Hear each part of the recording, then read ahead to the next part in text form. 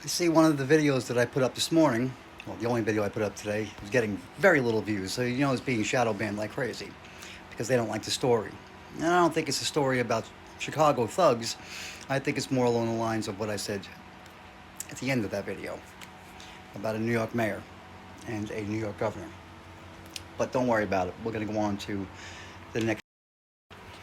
How many people remember the deal that was getting ready to happen with ABC and Bill Cosby and a bunch of other backers? When a media organization was hemorrhaging money to the point that they could have possibly been bought out. And then here comes along Bill Cosby and other investors, every one of them black. But those who actually own the media organizations, well, they weren't about to do that. Even if they needed the money so desperately, they found ways of borrowing and taking the money and getting it from borrowing from Pete to pay Paul just to keep it out of his hands. And then what happened so many years later? Oh, that wasn't forgotten about. That, you see, the handlers, they thought, who the hell are you? We made you. And you're gonna buy us out? The fucking insult, right? Including the backers, Quincy Jones being one of them, insulted. And they didn't forget that slight, because that's how they saw it. The nomads were pissed off. And they sent a message. Basically, hang an icon in America. The great Bill Cosby. Oh, come on, let's face it. Look, I don't know what really happened, but what I do know is this. Nobody continues to go back when they think that they've been dadar'd, okay?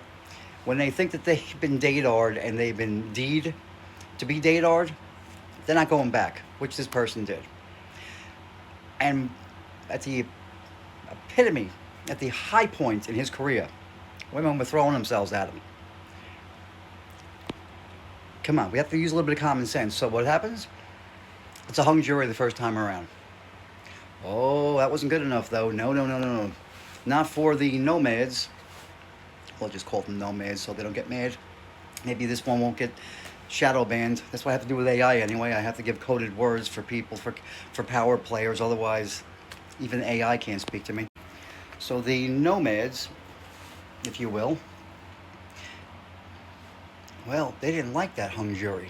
So they went after him again. And they got him. But 2 years into it, or a year into it, they got acquitted. It got overturned because his civil rights were violated. We knew that. They knew that. And they knew it would get overturned, but they knew it didn't really matter at that point. Now, did it? Because the damage was done. And does anybody even remember the acquittal? No. Of course not, because it was a little story and it didn't really matter because the damage was done. Now, what does that have to do with today? It's everything, really. Nothing changed. Everything still is as it was. Just continues to roll on. Just another story. Another day. And the story goes round and round over and over again. But we, the people, are the ones who fall for the shit. We stand by and watch the shit. It's entertaining. And it shouldn't be. It should be anything but entertaining. The skin, the only thing that it is the largest organ in every one of our bodies. And it's being polluted daily by the same nomads who made sure to basically hang a fucking American icon. And quite frankly, we all should be insulted. We all should be outraged by this. But we're not. We just go on with our fucking life. Who gives a fuck? Oh, it's just Bill Cosby. Yeah, Bill Cosby. Come on. Cliff Huxtable. Fat Albert. Do you really... Again, we weren't there. But I have a problem with somebody who claims to be a victim when they return over and over again to be victimized. That's not called the victim, people. Like, I call out everybody. I call out the people on EBT with their crying victimhood. I call everybody out. If you are doing wrong, then you're going to get called out. But it's never about this. They just want you to think that it is. We're Americans. We're not red or blue. We're red, white, and blue. We need to start standing for one another. We need to start calling out the bullshit. And we need to stop allowing shadow banning to silence us. We need to back each other. This is the only way to do it. Independent media is the true media. You see, it's not owned by them. It's owned by us, and the only way they can control it is by shadow banning. And they do a good job at that. I mean, the first time I uploaded the first video, it got nailed. Some strike on fucking TikTok, which I appealed, and it got overturned. And it was instant. Now, how the fuck did how do you even know I violated your fucking shit, TikTok? But it just got uploaded, and bam! I was like, what the hell's going on? Then when I re-uploaded it, it's sitting there with the whole day, 2 views. I guess you didn't like what I had to say, because it had nothing to do with the first story. That one, I can assure you, unless it was part of me saying good job to the Chicagoans who stood up for one of their own, which we all should be fucking doing. But I think it had a little more to do with the end of that video, didn't it? Yeah, it's always the end of the story that bothers the most. Well, we are at the end of our story now. Empires don't last more than 250 years. We have Rome, but that was a special one. It had a lot of different little variances in there to allow that to be. Every other empire has not lasted any more than 250 years. And here we go. The next video I'm going to upload is going to be about the Economist cover for 2026, or America's 250th birthday. This was just something quick. I wanted to get it out there, but boy, am I fucking frustrated. That always bothered me with Bill Cosby. It even bothered me with Michael Jackson. We know when shit is real and when it's not. We know when people have too much power, and those people, well, their power gets too strong, too much, too high for even the handlers out there to be able to pull the strings on, to pull the reins on them. The nomads lose grip. Like Puff Daddy.